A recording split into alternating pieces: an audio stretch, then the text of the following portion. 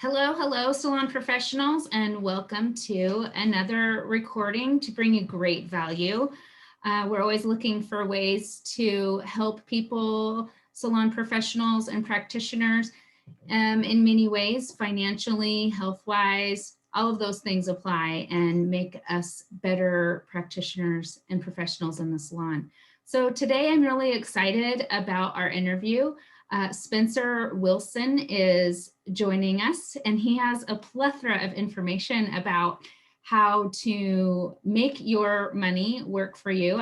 We talk about that in our courses, and have some safety net plan for the future. We're all going to reach that age one of these days where we're looking at retirement, and it's something that we have to start thinking about and looking at early on in our career. So without further ado, I introduce you to Spencer Wilson. He's with Transamerica, and welcome to the show. Hey, thank you so much for having me. It's great to be here. I hope everybody's doing out there well and in quarantine land, as it were. Yeah, it's been a time of change and adjustments for everybody, and I think that's why this is so important to talk about, because people now realize more than ever how in the blink of an eye, all of a sudden our main source of income might change drastically. So first though, Spencer, what I'm curious about, and I know that the people viewing this will or listening to this will also be curious about how and why you got into this industry, and what was the draw for you? It all started about 7 years ago. I was in a field where I was working with special needs individuals. And that was a wonderful experience. It was a unique privilege to be able to serve people who were in that environment. But I had to face the facts that in the line of work that I was in, I was never going to make the amount of money that I needed to do to be able to retire. So I needed to switch fields. I needed to make a change. Sometimes in our financial journey, we come to a point where we realize that's the case. And when we see that, we should never be afraid to take those risks or those opportunities. So a friend of mine who was joining Transamerica, who went to my church, he said, "Spencer, I'm going to join this finance company, and they will let people do things part-time there. And why don't you come along and see what it's all about?" And I said, "You know what? Like, I know I need a change. That's obvious." And so I decided to take that risk. And here I am 7 years later, and I fell in love with it. And what really kind of changed, what really sort of sold it for me, if you will, was the power that I saw in helping people just do a little bit of financial planning. First of all, I had to practice that on myself 7 years ago. I needed to get my affairs in order. I lived paycheck to paycheck back then, as a lot of people do. Yeah. And it's not that I was a foolish or irresponsible person. I just didn't know what I didn't know about how to make my money work for me. So I was a guy who, I got paid in the industry I was in about every month. There's some people who get paid twice a month. We got paid once a month. And I was just kind of crossing my fingers, hoping that I wouldn't accidentally spend that whole paycheck. And what Transamerica showed me how to do when I wasn't making a whole lot of money is, remember, I'd started part-time in this industry, is create a reservoir, a backup of wealth for myself through some careful savings that allowed me to change my entire financial outlook. And it wasn't just in the accumulation of wealth. It was also seeing what you could do with money. Basic budgeting was something that they really put into me first and foremost. And that really changed my whole life. It switched me from a point where I felt like my money was telling me what to do to giving me the power to be able to tell my money what to do. And that was something that anybody can do for free, honestly. And that was the beginning. That was the real beginning of taking me from a place to feeling very financially insecure to a place of feeling financially secure. And really that mentality is so important, because if we have a mentality of lack, if and combined with not necessarily understanding how to manage our own money and not in a really localized, ledger sense, we can really miss a lot of those opportunities, and we can really be dominated by fear. But if we can look at things in a rational way and have a plan, then we can feel in control and take the fear out of that equation. So that was what was most impactful for me in that first year of working in the finance sector. Wow. So I got two things from that, you sharing that. One is that, isn't it amazing how when we put it out there in the world of like, I think it's time for a change, that the right thing will present itself right in front of you and could come from a source that you weren't even expecting. And then just like, you're in a position where you're changing lives, but it really first sounds like it really changed your life first. And that money mindset thing that we talk about a lot of, do you work for money or does money work for you? And yeah, so I too, had a moment however many years ago where I had a flip in that regard of my money mindset. And I won't go all into that because this show's about you, but I can relate to that. And that's one of the reasons why I find it so important to be able to share with others, is because it really can be life-changing. So let's talk about some of the ways, like if somebody was to come to you, they are a salon professional.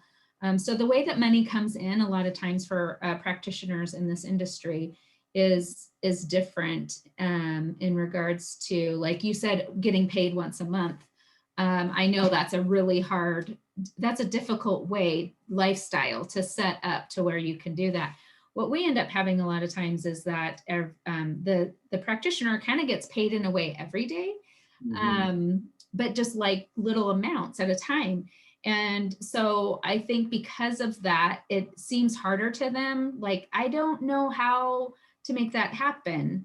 Whereas if you get a big chunk of money at once, then they say, oh, then I can take this. So if somebody was in that situation, what would be the first path you would kind of take them down, as far as getting themselves set up a little bit better? I know there are several different things for your financial future that need to be addressed, but what would be the first one you would focus on? Well, the first thing I would do is make a list of all of their ingoing and outgoing expenses. And then we could look back over a series of months and kind of say, okay, what are you used to getting? What's a normal month for you? And if we can take kind of an aggregate of that, we can begin to parse out what a personal budget might look like. And I would say a key component of that, obviously, we're going to want to cover the bases. You want to keep the power and the water flowing to your house, right? Like that, yeah. Bottom line, right? Yeah. But the one thing that people don't do that really scuttles the ship, if you will, is not treating personal saving like a line item on their budget. Now, that can seem really, really simple. And I know that a lot of your salon professionals out there, they'll hear that and they'll think, Spencer, what are you talking about?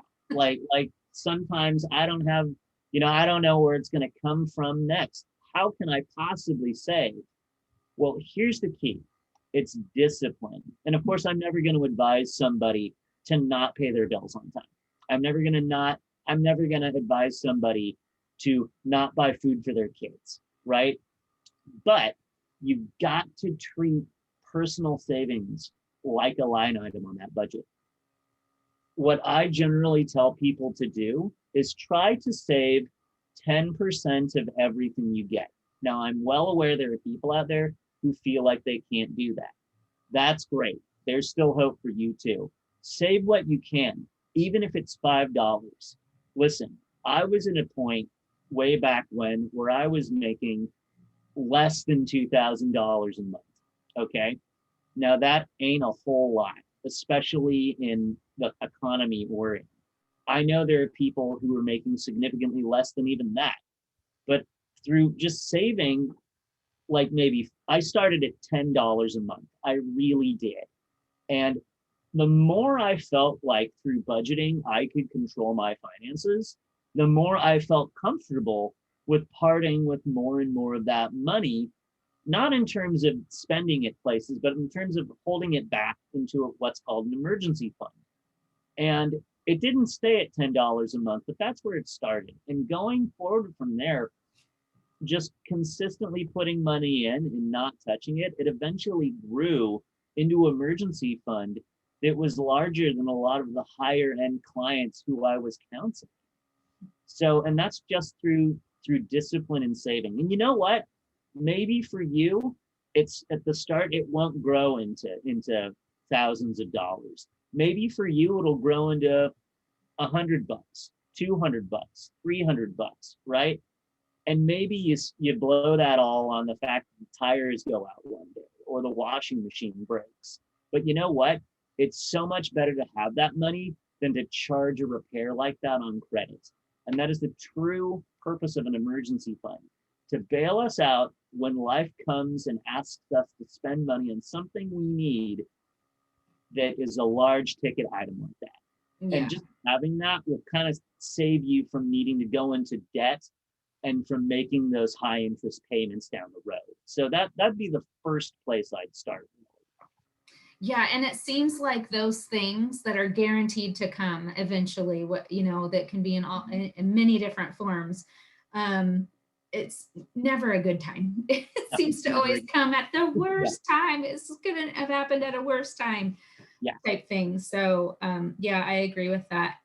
The thing about it is usually most people, when I start looking at, okay, where can we make some adjustments? There's usually like a coffee that they could give up, or, the new handbag, or there's usually somewhere that they can find to make a small adjustment to be able to save that money and then watch what that money can do for you. It's almost like walking down the sidewalk and seeing a $10 bill and not picking it up.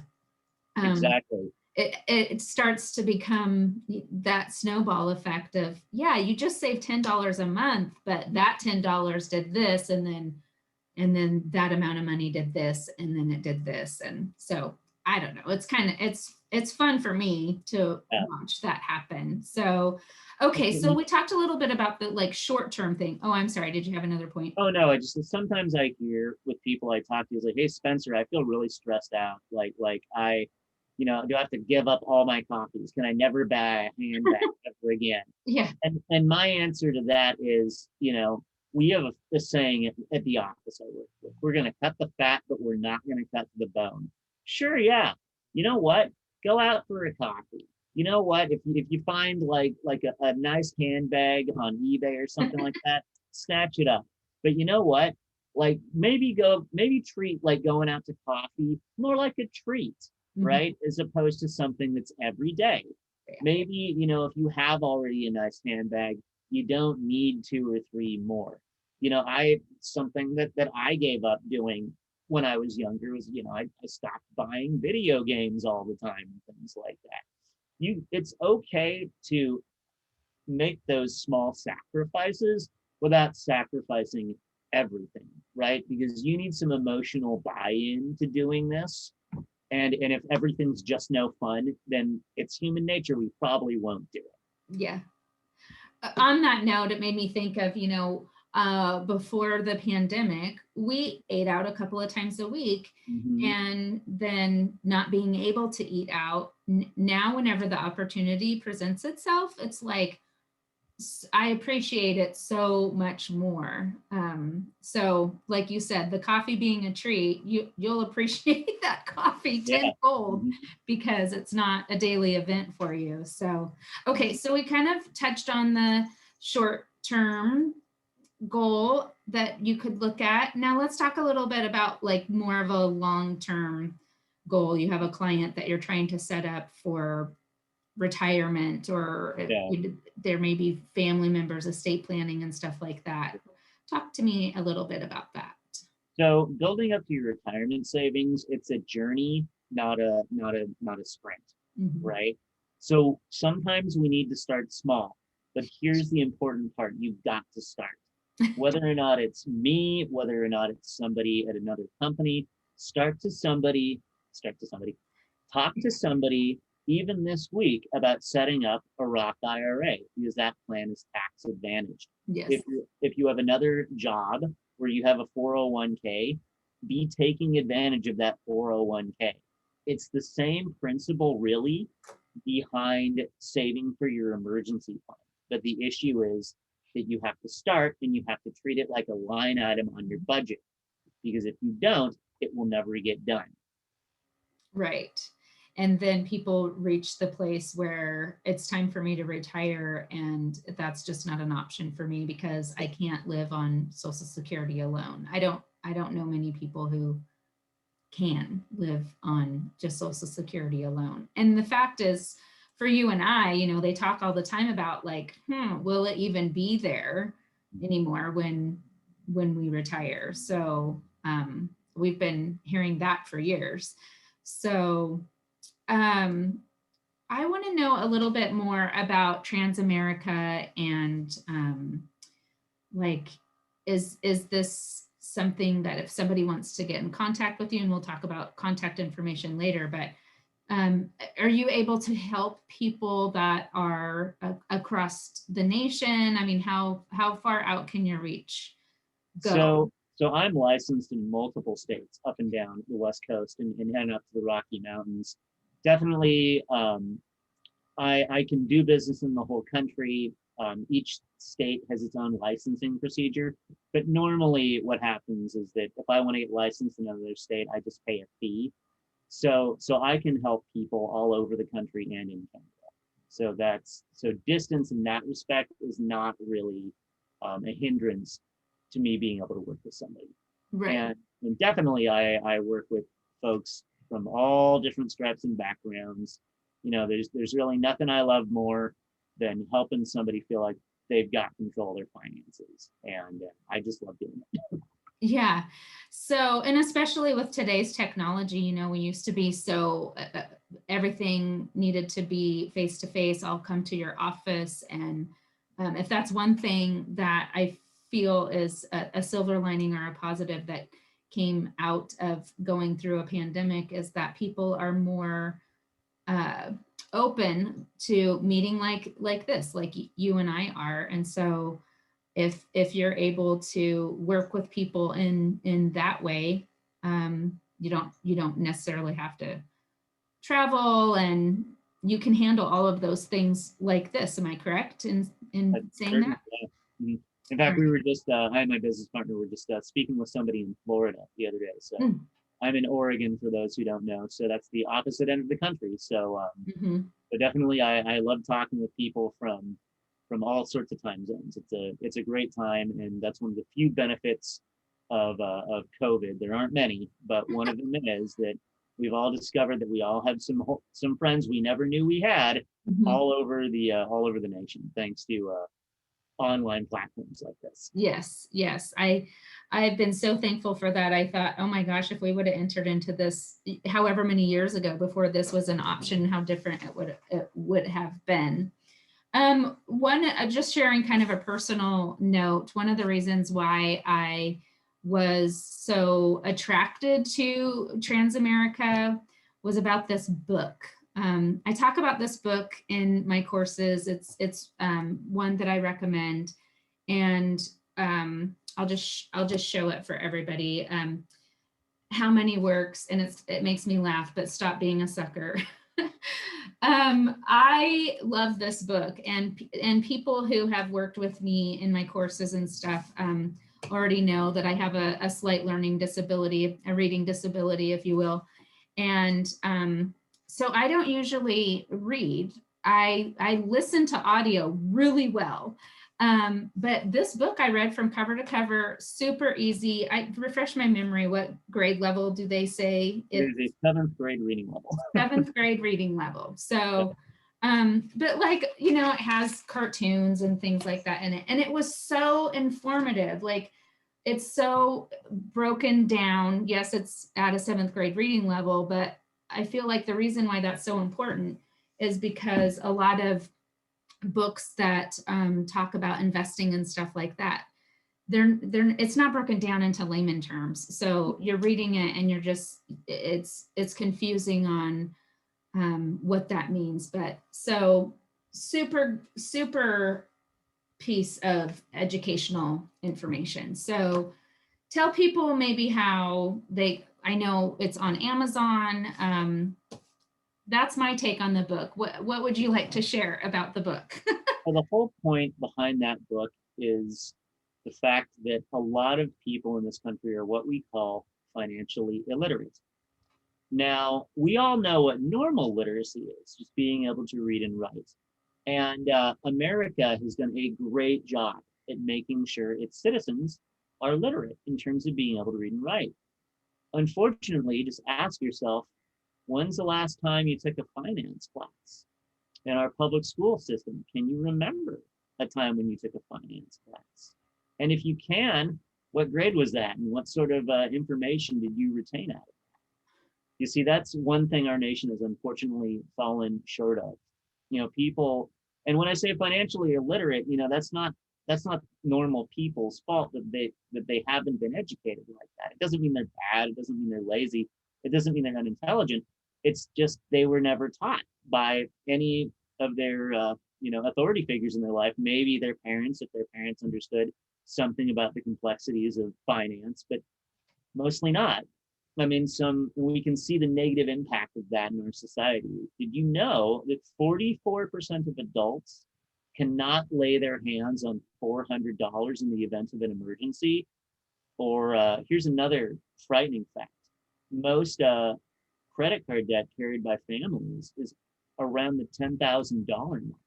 And because nobody has ever taught anybody how interest rates work, they're probably going to be paying about upwards of $30,000 on the principal of those By the debts. time it's paid off. Yeah. And so I'm sorry, I didn't mean to interrupt, but the word illiteracy, I think that there's just such a negative connection to that term, but at the same time, it's the perfect word to describe what you're saying. So like, to put it into comparison, it would be like saying, you know, I'm not in the medical field. So it would be like saying I'm medical terminology illiterate. Like, if I went to the doctor and they started using all of these medical terms, I probably wouldn't be able to understand what they're talking about. So it's what you're saying is it's really no different. It's just something that if you haven't been exposed to and didn't seek it out yourself, then it's just not something that you're familiar with. Precisely. If we're illiterate about something, that's not a knock on us. Yeah, right. It means somebody never taught us that. Mm-hmm. And so what our goal is with this book is to combat that phenomenon. And as you said, why would a major finance company release a finance book written at a 7th grade reading level? Well, it's simple. We want as many people as possible to be able to have access to this information. Right. And we don't want it to be restricted to people. Everybody from all classes and all stripes needs this information, and we want to be able to put it into their hands. And speaking of which, I don't make any money off of these books.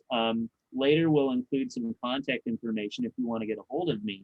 And I'd be happy to send you one of these books for free, and provided that you let me follow up with you after that, because we don't just want to throw something at you and then kind of leave you floating out there in the ether. We'd like to be able to, if you'd like these services, we'd love to be able to speak with you and help you get the help that you think that you might want. Right.